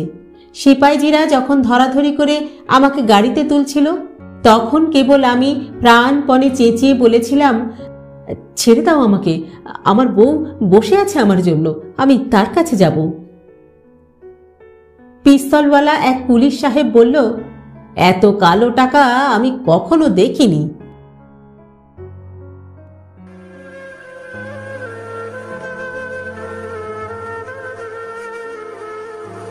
আমার কমাসের মেয়াদ হয়েছিল আমি জানি না। যখন ম্যাজিস্ট্রেট সাহেব রায় পড়ছিলেন তখন আমি অন্য কথা ভাবছিলাম। কম্বলে শুয়ে আমার গায়ে বড় চুলকুনি হয়েছে, তাই খুব চুলকুচ্ছিলামও। রায় পড়া হয়ে গেলে পুলিশ আমাকে জেলে আটকে রাখল। তারপর ছেড়েও দিল একদিন। কোনো মানে হয় না, খামোখাই আটকে রাখা আর ছেড়ে দেওয়া। বেরিয়ে এসে পৃথিবীর রাস্তাঘাট কিছু অচেনা ঠেকছিল। আর একটা লোকও ছাড়া পেয়ে সঙ্গ নিয়েছিল। পাশে পাশে হাঁটতে হাঁটতে বলল, শালারা বোকা। কারা? ওই যারা আমাকে জেলে পাঠিয়েছিল, বুঝলে? আসলে খুনটা আমি করেছিলাম, বদ্রীনাথ নয়। তা বদ্রীনাথের যাবজ্জীবন হলো, আর আমার 6 মাস। বলে খুব হাসলো লোকটা। বলল, কালী মায়ের থানে একটা পুজো দিই গে, তারপর গঙ্গা স্নান করে সোজা বাড়ি। তা তুমি কোন দিকে? হ্যাঁ? বেটে কালো মজবুত চেহারার লোকটার দিকে চেয়ে থাকি। তারপর বলি, আমার রাস্তাঘাট সব গুলিয়ে গেছে, ঠিক চিনতে পারছি না। আমি আমার বউয়ের কাছে যাব। তার ভাব নাকি? চলো একসঙ্গে যাই, একদিন না একদিন ঠিক বউ এসে জুটবে তোমার। আমি মাথা নেড়ে তার সঙ্গ ধরলাম। লোকটা পুজো দিল, গঙ্গা স্নান করলো, তারপর আমাকে নিয়ে কালীঘাট স্টেশন থেকে ট্রেন ধরল। ফের শিয়ালদায় এসে ট্রেন পাল্টে আর এক ট্রেন। লোকটা যায়, আমিও যাই। বরাবরই দেখেছি একবার বেরিয়ে পড়লে কেউ না কেউ জুটে যাবেই। পলাশী স্টেশনে নেমে অনেকখানি মাঠ ঘাট খানা খন্দ পেরিয়ে হাঁটতে হয়। হাঁটতে হাঁটতে বলি, ওহে বাপু, বড় যে নিয়ে যাচ্ছ, খুব খাটাবে নাকি? হ্যাঁ? লোকটা ভালো মানুষই ঝেড়ে ফেলে বলে, তার মানে? কালীঘাটে খাওয়ালুম, এতগুলো গাড়ি ভাড়া গুনলুম, সে কি এমনি এমনি নাকি? হ্যাঁ, মুখ দেখবো বলে তো নয়। একটু ছিটের লোক আছো তা আমি বুঝতে পেরেছি, কিন্তু বসে বসে খাওয়া আমি দু চক্ষে দেখতে পারি না, বুঝলে? গতর খাস হয়ে থাকলে ঠ্যাঙানি খাবে। এরকমই সব হওয়ার কথা। একটা শ্বাস ফেলি, ভাবি একদিন রাস্তাঘাট যখন সব ভেসে উঠবে চোখের সামনে, সেদিন দুনিয়ার সুন্দর একটা সহজ রাস্তা ধরে আমি যাব আমার বউয়ের কাছে। ততদিন একটু অপেক্ষা, মাথাটা একটু পরিষ্কার হোক। লোকটার কাজ বড় কম ছিল না। 2 বিঘে একটা চাষের জমি কুয়ো থেকে জল তুলে তুলে ভেজাতে হতো। বড় কষ্ট।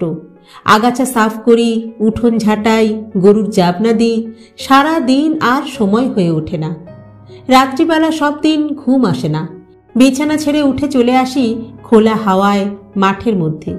চারিদিকে মস্ত আকাশ, পায়ের নিচে মস্ত মাটি। এই আকাশ গোটা দুনিয়াটাকে ঘিরে রেখেছে। এই মাটি চলে গেছে বরাবর সব মানুষের পায়ের নিচ দিয়ে, যোগ রেখেছে সকলের সঙ্গে সকলের। ভাবতে বড় ভালো লাগে। একদিন বুড়ো বিবেক এসে পাশে বসে, বলে, উপল চন্দর, তোমাকে একটা দুঃখের গান শোনাতে ইচ্ছে করছে। শোনাও। কিন্তু গান গাইতে গেলেই বিবেকের বড় কাশি উঠে পড়ে। শেষ পর্যন্ত আর শোনাতে পারে না। হাঁপিয়ে উঠে বলে, কি কাণ্ড! হ্যাঁ, ওহ, কেতকীর বিয়েতে খুব খাইয়েছিল হে উপল চন্দর, খুব। কুমড়োর একটা যা ছক্কা করেছিল।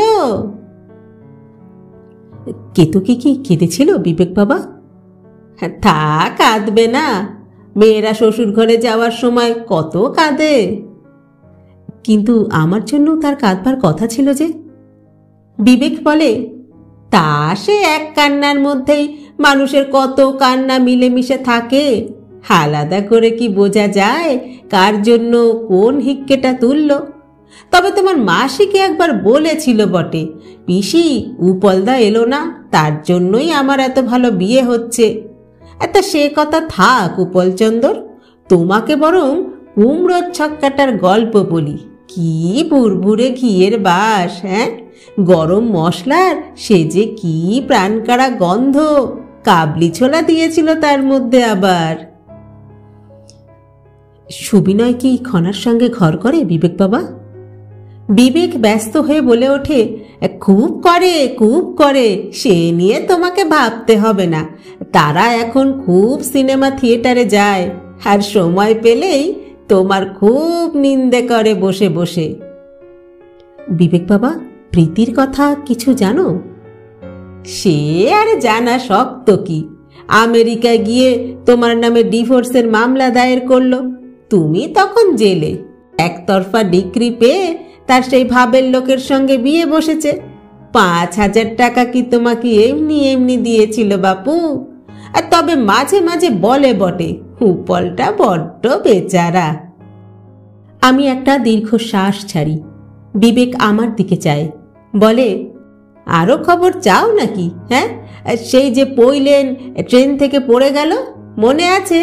সে কিন্তু মরেনি, এক ঠ্যাং কাটা গেছে তার। সে এখন ন্যাকড়ার পুতুল তৈরি করে বেচে। হাজু আর কদম এখনো ছ্যাচড়ামি করে বেড়াচ্ছে। আর সেই মানিক সাহা সুন্দরবনে একা থাকে, এক নৌকো এসে চাকরি পেয়েছে, বড় আনন্দে আছে। আরো শুনবে? মাথা নেড়ে বলি, না বিবেক বাবা। বিবেক বলে, আমিও তাই বলি। শুনে কাজ কি উপল চন্দর? ওসব তো তোমার সমস্যা নয়, তোমার সমস্যা তুমি নিজেই। তাই বরং তোমাকে কুমড়োর ছক্কার গল্পটা বলি। আচ্ছা, না হয় কেতকীর বিয়েতে যে রসকদম্ব খাইয়েছিল সেটার কথা শোনো। সে রসকদম্বের কোনো জুড়ি নেই। আমি ঘুমিয়ে পড়ি শুনতে শুনতে। বিবেক বিরক্ত হয়ে উঠে যায়। আর তখন সেই অন্ধকার একা মাঠের মধ্যে হঠাৎ চিরিক করে ডেকে ওঠে মেঠো ছুঁচো, ইঁদুর, কীটপতঙ্গেরা। চারিদিকে তাদের ডাক বেজে ওঠে। পরস্পরকে ডেকে জাগিয়ে তোলে তারা। আমিও জাগি, বসে থাকি চুপ করে। আস্তে আস্তে আমার পেটের মধ্যে জেগে ওঠে ভূতের মতো খিদে, ক্যান্সারের মতো, কুষ্ঠরোগীর মতো দুরারোগ্য খিদে। জেগে টের পাই পৃথিবী জুড়ে খিদে জাগে। ঘুম ভেঙে যায় ইঁদুরের, মানুষের, কীট ও পতঙ্গের। শেষ রাতে চাঁদ উঠে আসে আকাশে, চেয়ে থাকি, ইঁদুররাও চায়। বলি, বড় খিদে পায়। বিদ্যুৎ বেগে আমার সেই কথা চলে যায় দিকবিদিকে। সারা দেশ ও বিদেশ জুড়ে পশু, পাখি ও মানুষের অনেক স্বর বলে ওঠে, আমাদের হৃদয়ের কোনো সমস্যা নেই, দর্শন, বিজ্ঞান, প্রেম, ভালোবাসা নেই, শুধু খিদে পায়, বড় খিদে পায়।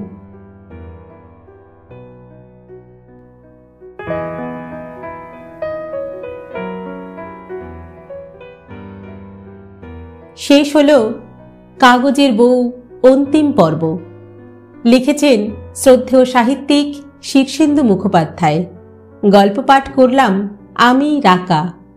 আপনারা শুনছেন ইউটিউব চ্যানেল কথা ও কাহিনী বাই রাকা। আজকের এই অন্তিম পর্বটি কেমন লাগলো আপনাদের? কমেন্ট বক্সে অবশ্যই জানাবেন কিন্তু। গল্প পাঠ যদি ভালো লাগে তাহলে আমাদের চ্যানেলটি লাইক, শেয়ার ও সাবস্ক্রাইব করতেও ভুলবেন না কিন্তু। নিজে তো গল্প শুনছেনই, বন্ধুদেরকেও শোনান। গল্প পাঠ ভালো লাগলে আমাদের চ্যানেলের লিংক আপনি শেয়ার করুন বন্ধুদের সঙ্গে, কাছের মানুষদের সঙ্গে। আজ তাহলে এই পর্যন্তই। পরবর্তী গল্প নিয়ে ফিরে আসব খুব শীঘ্র। ততদিন সকলে সুস্থ থাকবেন, ভালো থাকবেন এবং অবশ্যই আমাদের সঙ্গে থাকবেন। নমস্কার।